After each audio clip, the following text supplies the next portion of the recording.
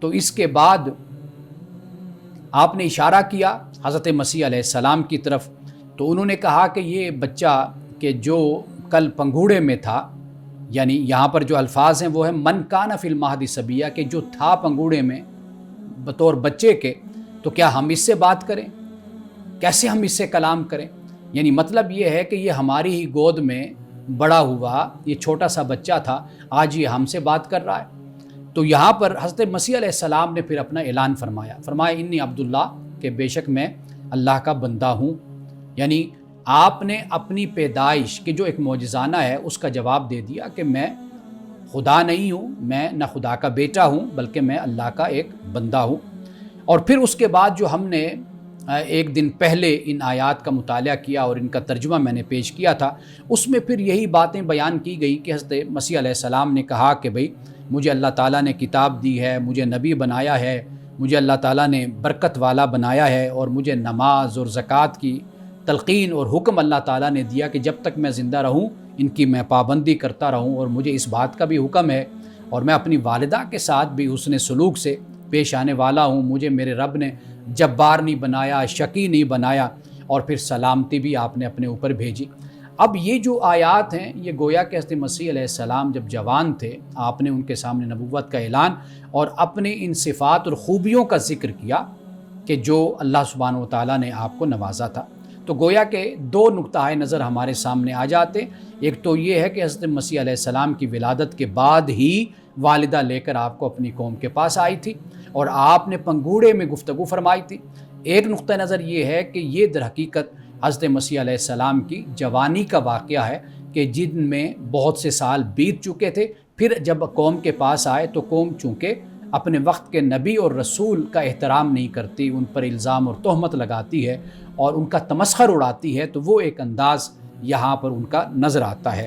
اب اس کے بعد اللہ سبحانہ و تعالیٰ یہ فرماتا ہے ذالک عیسی ابن مریم، یہ ہے ابن مریم یعنی عیسیٰ ابن مریم، حضرت مریم علیہ السلام کے بیٹے۔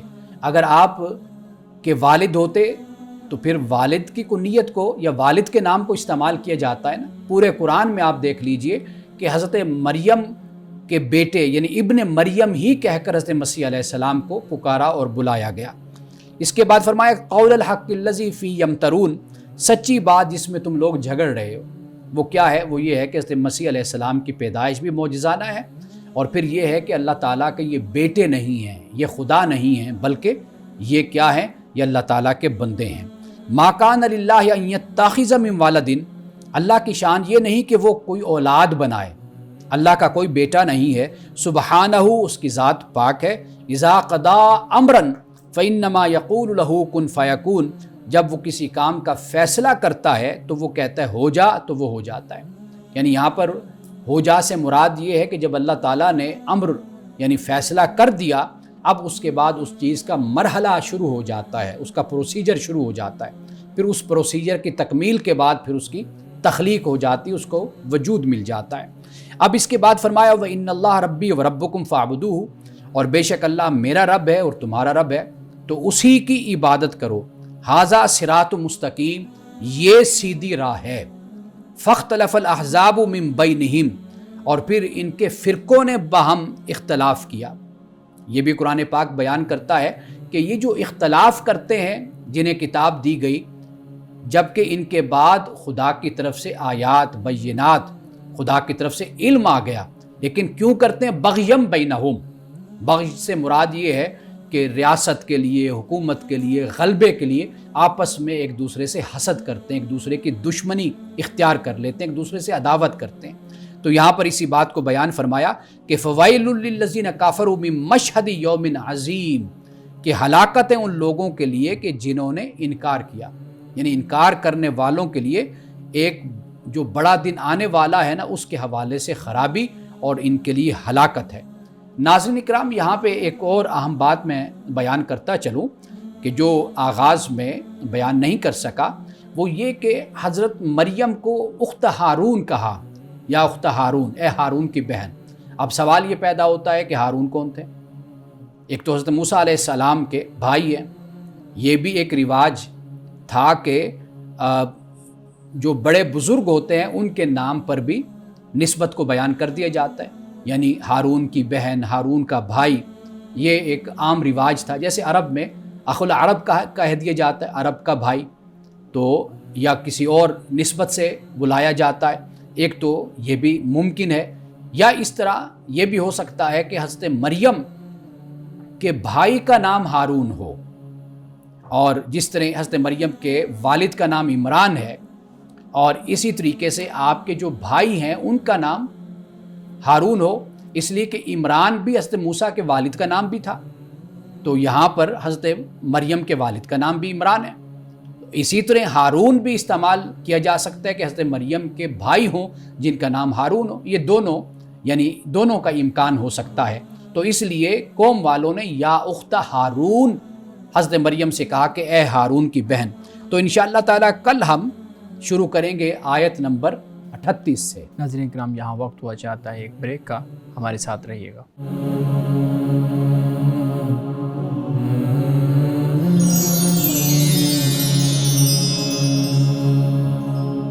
ویلکم بیک ناظرین۔ امان صاحب، حضرت عیسیٰ علیہ السلام کے بارے میں بات ہو رہی تھی، حضرت مریم اور حضرت عیسیٰ علیہ السلام کے بارے میں دو آراء آپ نے بہت خوبصورتی سے بیان کی ہیں، اور یہ ایک بڑی اہم چیز ہے کہ ان دونوں آراء پہ مختلف لوگ ایگری بھی کرتے ہیں۔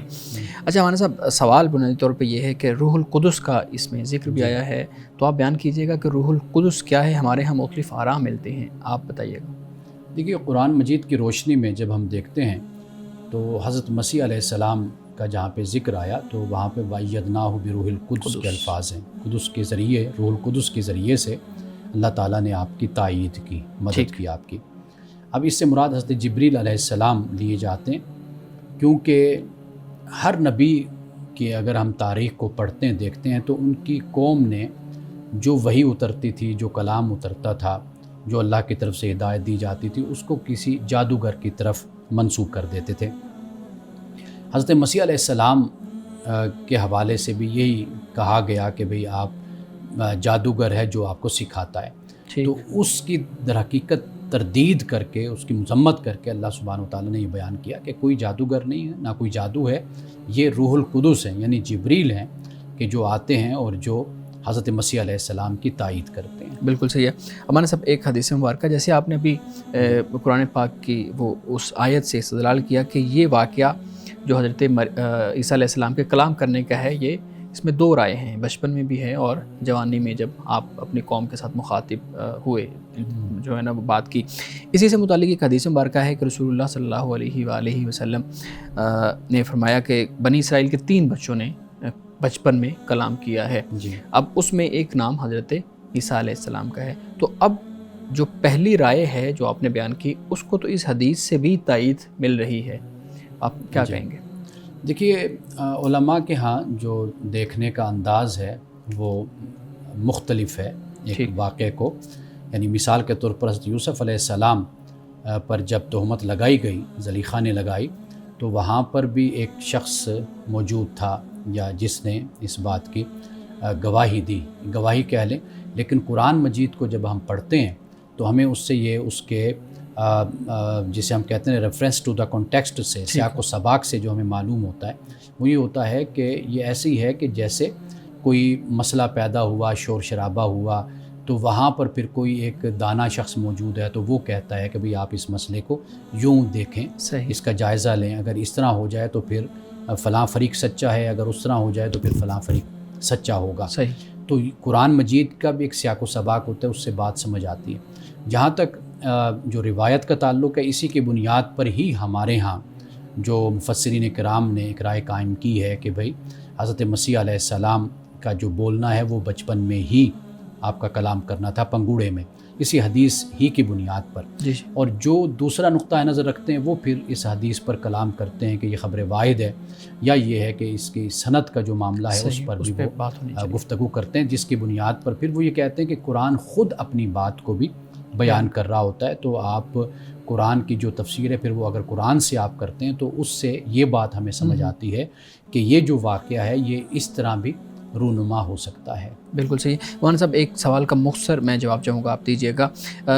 ہمارے ہاں بیان کیا جاتا ہے کہ حضرت عیسیٰ علیہ السلام کو صلیب پہ چڑھا دیا گیا تھا، آپ اس پہ رائے دیجیے۔ قرآن مجید نے اس کی تردید کی، وما قتلوا وما صلبوا، کہ حضرت مسیح علیہ السلام کو نہ قتل کیا گیا اور نہ ہی کروسیفائی کیا گیا۔ صحیح، بہت خوبصورتی سے آپ نے بیان کر دیا۔ اچھا ہمارے سامنے کچھ ناظرین کے سوالات بھی ہیں، میں آپ کے سامنے رکھتا ہوں۔ کہتے ہیں جی کیا بچوں کے لیے سامان آسائش مہیا کرنا یہ والدین پہ واجب ہے، یعنی ضروری ہے یا نہیں؟ دیکھیے یہ چیزیں اگر آپ شریعت کی روشنی میں اگر آپ دیکھتے ہیں تو شریعت کی روشنی میں یہ کوئی اولاد کے حقوق میں سے یہ چیز نہیں ہے۔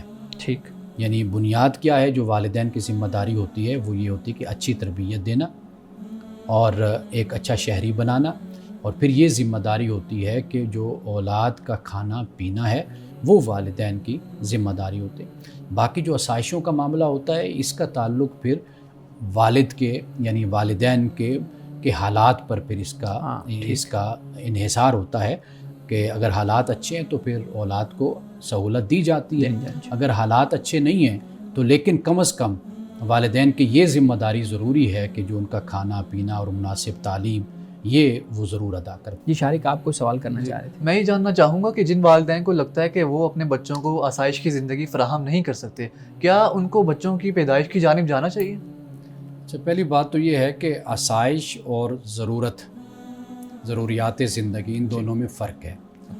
ضروریات زندگی یہ والدین کی ذمہ داری ہوتی ہے کہ وہ بچوں کو کھانے پینے کے معاملات ہیں، ان کے لباس کا معاملہ ہے، ان کی اچھی تربیت ہے، یہ والدین کی ذمہ داری ہوتی ہے۔ آسائش کی تو کوئی حد نہیں ہوتی نا، آسائش تو پھر لامحدود ہیں آسائشیں۔ گاڑی دیکھ لیجئے، چھوٹی گاڑی سے لے کر بڑی گاڑی تک تو اس کی کوئی حد پھر نہیں رہتی۔ تو یہ ایک تو یہ بات ہمیں طے کرنی چاہیے۔ اگر والدین یہ دیکھتے ہیں کہ اولاد ہم پیدا کریں گے اور اگر ہم ان کی ضروریات زندگی بھی پوری نہیں کر سکتے تو پھر وہ اولاد نہ پیدا کریں، کیونکہ جب اولاد پیدا ہوگی تو واضح بات ہے کہ پھر ان کے لیے مزید مشکلات کہہ لیجئے وہ پیدا ہوں گی۔ اور پھر یہ ہے کہ اگر وہ یہ دیکھتے ہیں کہ وہ بہت بہتر طریقے سے تربیت کر سکتے ہیں اور ان کی ضرورتوں کو پورا کر سکتے ہیں تو پھر وہ اس طرف جائیں۔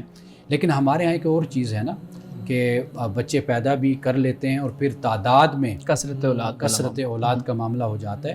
تو اگر کوئی فیملی پلاننگ کرتا ہے تو یہ اللہ کے توکل کے خلاف نہیں ہے۔ ٹھیک ہے، اللہ تعالیٰ نے انسان کو عقل دی ہے اور انسان میاں بیوی باہمی طور پر اس چیز کا فیصلہ کرتے ہیں کہ بھئی بچوں کی تعداد کتنی ہونی چاہیے کہ جنہیں ہم بہت اچھا روزگار دے سکتے ہیں، بہت اچھا کھانا پینا دے سکتے ہیں، بہت اچھا ہم ان کو رہن سہن دے سکتے ہیں، تو وہ یہ بھی اس کا بھی تعین کر سکتے ہیں۔ بہرحال شادی جو کی جاتی ہے وہ بچوں کے لیے ہی کی جاتی ہے، اور بچے بہت بڑی نعمت ہیں اللہ تعالیٰ کی، اور اللہ تعالیٰ کا بڑا فضل ہوتا ہے اس جوڑے پر جسے اللہ تعالیٰ اولاد سے نوازتا ہے۔ اور جو بے اولاد ہیں آپ ان سے جا کر پوچھئے کہ وہ کتنا ترستے ہیں کہ اللہ تعالیٰ ان کو اولاد سے نوازے۔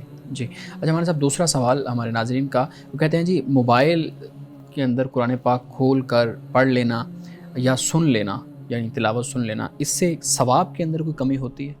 دیکھیے ثواب ہمیشہ یاد رکھیے وہ انسان کے اخلاص پر مبنی ہوتا ہے۔ صحیح، وہ آپ کے موبائل یا کسی اور طریقے سے قرآن کو پڑھنے اور سننے پر مبنی نہیں ہے۔ آپ کا اخلاص، آپ کا تقوی، آپ کی محبت، آپ کا تعلق، یہ در حقیقت آپ کے لیے جزا میں، اجر میں اور انعام میں اضافہ کرتا ہے۔ بالکل صحیح ہے۔ ناظرین کرام یہاں وقت ہوا چاہتا ہے ایک بریک کا، ہمارے ساتھ رہیے گا۔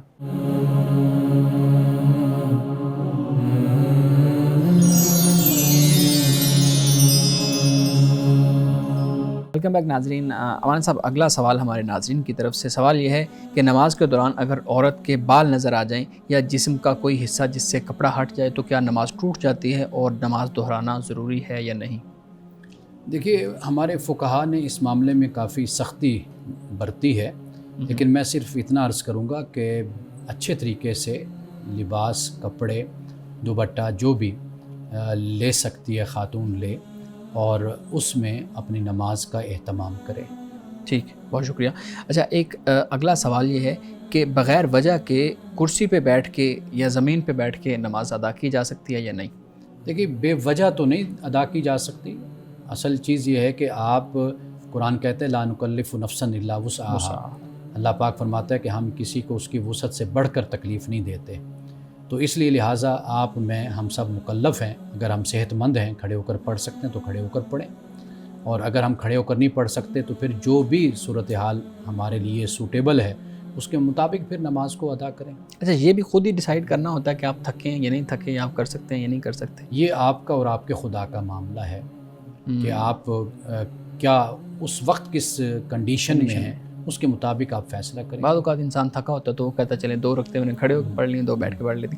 ٹھیک ہے امان صاحب, اگلا سوال جو ہے نا وہ یہ ہے کہ جو لڑکی ہے وہ اپنی شادی والے دن میک اپ کر لیتی ہے جب, تو اس کے بعد اس کو سارا دن فنکشنز میں اور اس طرح سے گزارنا ہوتا ہے, تو اس میں پھر وہ وضو کیسے کرے؟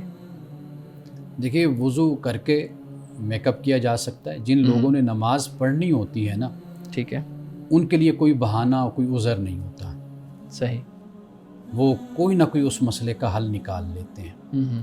جنہوں نے نہیں پڑھنی ہوتی تو ان کے لیے پھر بہت سے بہانے ہوتے ہیں. جی جی. تو لہٰذا کوئی بھی وجہ ہو, مثلا دلہن ہے, کوئی دلہا ہے, یا کوئی بھی حالت ہے, تو وہ جس نے اگر دلہن نے نماز پڑھنی ہوگی نا, وہ اس مسئلے کا کوئی نہ کوئی حل ضرور وہ نکال لے گی. شارق, آپ کے پاس بھی کچھ سوالات ہیں مانے صاحب سامنے؟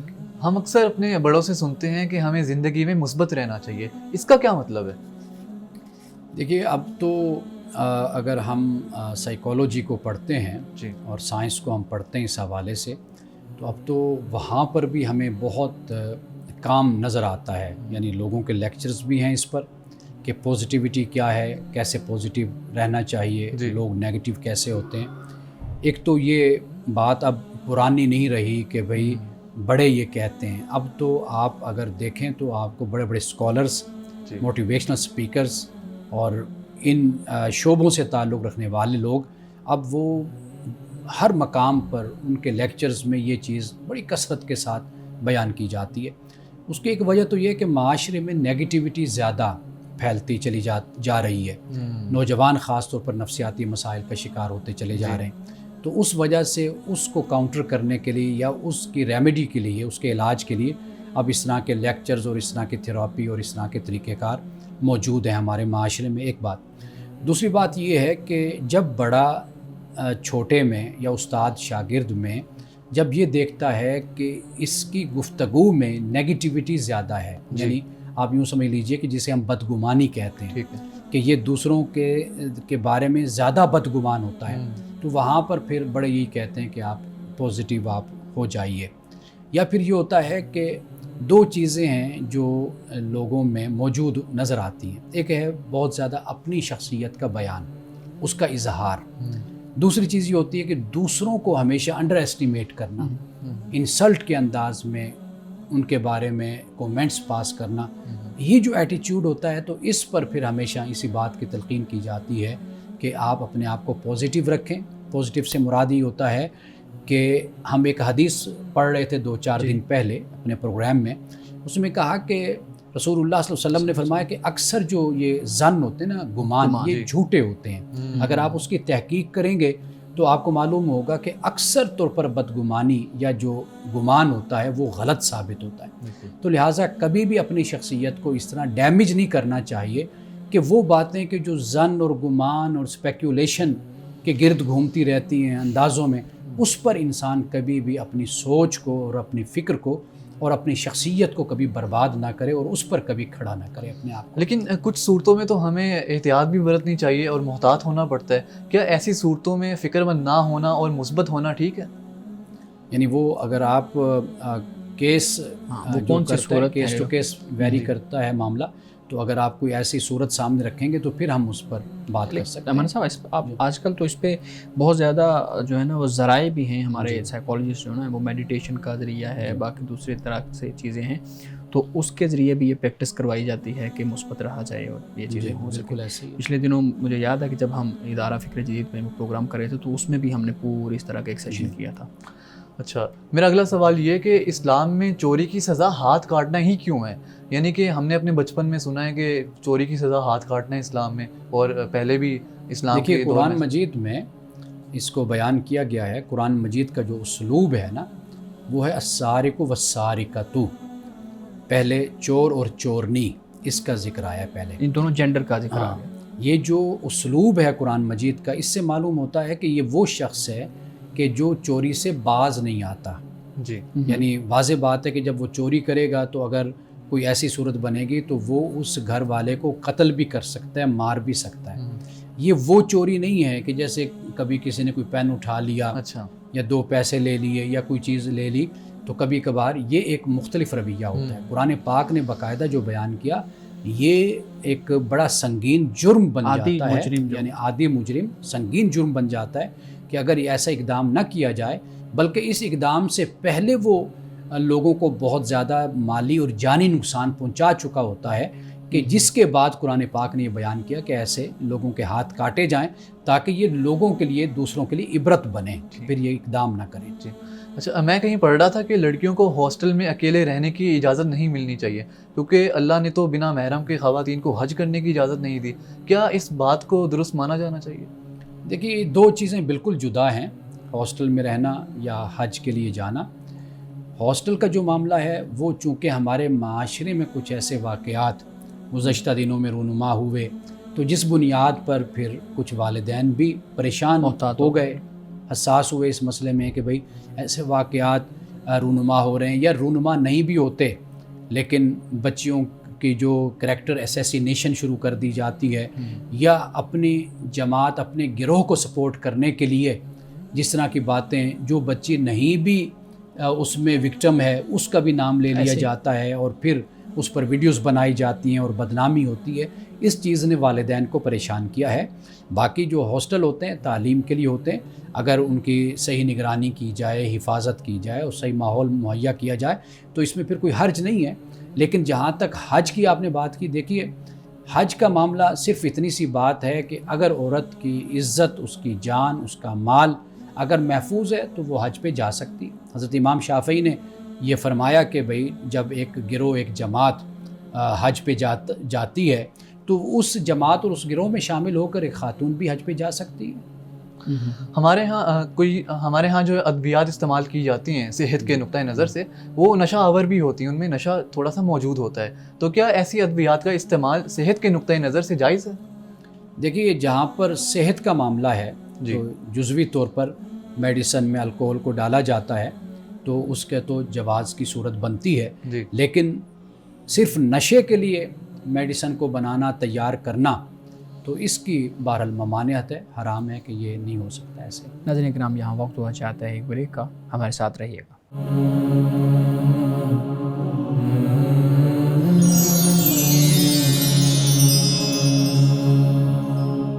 ویلکم بیک ناظرین. جی شارق آپ سوال کر رہے تھے. اگر کسی ہائی پروفائل شخصیت کی جان کو خطرہ ہو اور وہ عوامی اجتماعات میں نہیں جا سکتا تو کیا وہ عید کی نماز گھر میں پڑھ سکتا ہے؟